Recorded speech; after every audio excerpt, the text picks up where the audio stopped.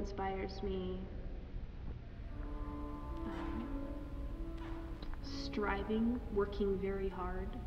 Not necessarily mean working, seeing someone who really, really wants something, or someone who's working very, very hard at something. That always inspires me. I started training in ballet when I was 7, and I decided I wanted to be a ballet dancer when I was 11. And it was a really strong conviction, and I started training really hard then, daily, a lot, and went to many big summer programs for ballet, went to Interlochen Arts Academy, which is a boarding school for dance and academic programs for 2 years in high school.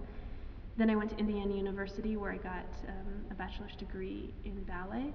Then I took some time and I was teaching and dancing a lot for different companies. I got injured.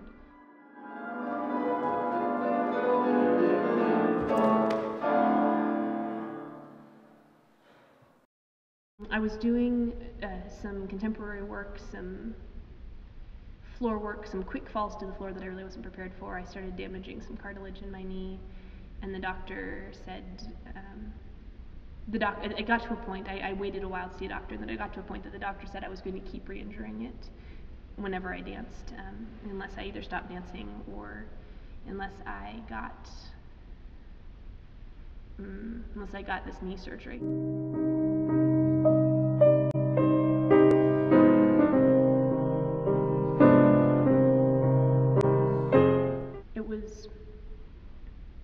But it was a grieving process, I think. It was a time of loss, because I lost something that I'd always had with me since I was 7 years old. You know, I lost dancing. The doctor didn't really know what to say in terms of my prognosis, so it felt like it could be a permanent loss, which was very difficult to deal with when I felt like this was my calling and what I should do with my life. I had to make my choreography sitting down for my composition classes, and I made a lot of really kind of dark pieces in that period, but I also at the same time wouldn't go and see dance performances unless they were children or something, and I didn't watch class, and I kind of divorced myself from it as a way to try to deal with it, which didn't work very well. I was very unhappy. But I don't think people who interacted with me at that time knew quite how unhappy I was. I think most people thought that I was just working a lot and really busy.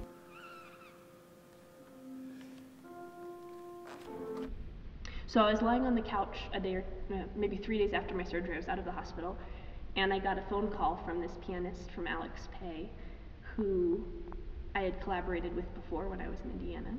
And he said, "Stephanie, I found the piece that we should do together. I found our next project, and it's called Winterreise." And I said, "Alex, now is not a good time. I'm lying on my back. I just had knee surgery. I don't know if I'm dancing again." And he had no idea. I mean, he hadn't talked to me in a long time. He had just called me out of the blue. So he said, "Well, you should listen to this music." And he said he said to me about the music, he said, "You know, I listen to this when I'm having a really hard time with something. This is the music I go to when I'm really sad." So I thought, oh, I should listen to this music. So I did, and I was just totally floored by it. And the piece developed as I was healing and as I could or couldn't do things. And as other things were happening in my life, there were other, like my great-grandmother died, my grandmother got cancer, like there were just all of these things, and they just all happened while I was trying to construct this piece over the course of a semester. So this theme of loss was in my life as well as in the piece, and so the different sections mean different things depending on what was going on in my life, how healthy I was. There are sections that I made that I could practically do when I made them. There are sections that I made sitting down trying to explain what I wanted that were very frustrating for me. There were sections that reminded me of my great-grandmother who had just died. You know, there were so the whole piece came to reflect this kind of what felt like a huge burden at the time, which was just thing after thing after thing that was happening to me, and then underneath all of it, this thing of my leg being injured.